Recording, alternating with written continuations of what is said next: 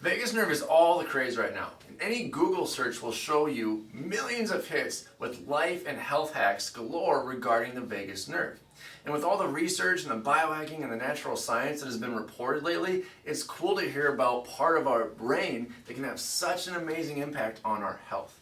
But did you know also that the vagus nerve is very important for the development and the health of our kiddos, especially their gut and their immune systems? The vagus nerve can be the root cause for many kids who are struggling with stomach pains, constipation, diarrhea, constant colds, rashes from viruses or bacteria, all that stuff that as we go back to school and get through Halloween and Thanksgiving and Christmas that we're dealing with right now.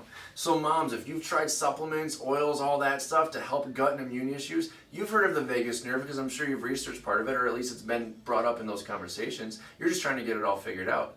And moms who are just trying to get off or avoid medications for your kiddos, you maybe have never heard of the vagus nerve. Either way, this video is for you. We want to address how you can know if the vagus nerve is the root cause of your child's digestive or immune struggles, but first we got to dig into exactly what the vagus nerve is and does, and then look at the test that we use to measure vagus nerve function in the office. So it's okay if you're learning about the vagus nerve for the first time, or if you not only have heard all about the vagus nerve and you've saved all the articles in the browser history with all the supplements and oils and all those recipes and that type of stuff. Either way, dive in, join us. We're going to talk about the vagus nerve. It's nicknamed the wandering nerve because it originates from the brainstem and then travels down along the cervical spine and spreads throughout much of the upper body. It's long been known to control vital heart and lung function, also digestive functions, but we now know that the vagus nerve does even more important work. Recent research on the vagus nerve shows that it's crucial in helping regulate our immune system, especially in lowering inflammation. And because of the immune system's intricate relationship with our gut and digestive processes, it's no surprise that these two systems, the gut and the immune system, continue to be lumped together when kids struggle in a cycle or an endless cycle of sickness or common digestive disorders. So, how can we measure its function with our kids? The first step you must take is to address how your or your child's vagus nerve function is to measure it.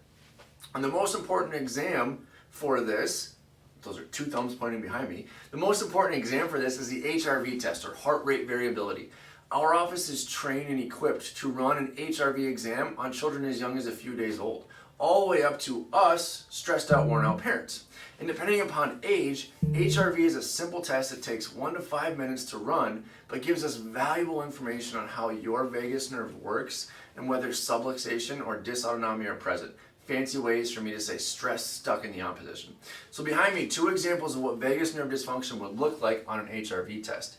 This one is an HRV of a busy mom who's crazy fit and in great shape, so looks healthy and strong on the outside, but struggles with fatigue and gut and immune issues and sciatica actually on the inside.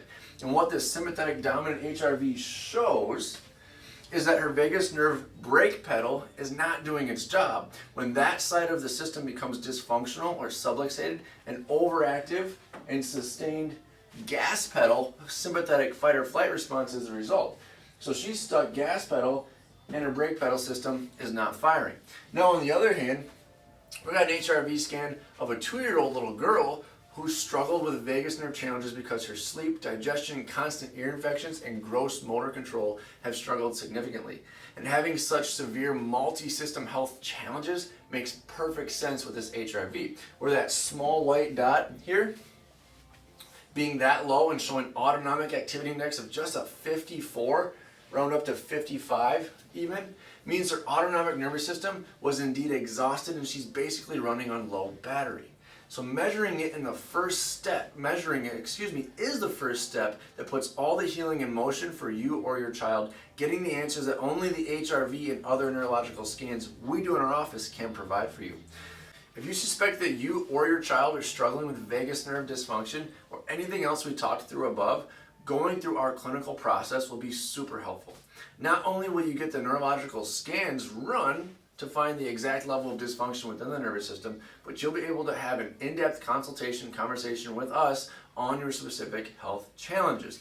From there, we'll create a personalized, customized care plan just for you or your kiddo to ensure activation and stimulation of the vagus nerve is front and center. So if you want to dig in more, I'm attaching 2 additional articles that dig deeper into vagus nerve and link to so much more for pediatric and family health. Any questions, comments, anything, drop us a message below, phone call, email, whatever you got. We are here to help. Get your kiddo scanned. Spread this information with family members, neighbors, other mom groups, whoever needs it. If one of you needs this, you know that there's thousands of you guys that need this. We're always here to help. Thanks, guys.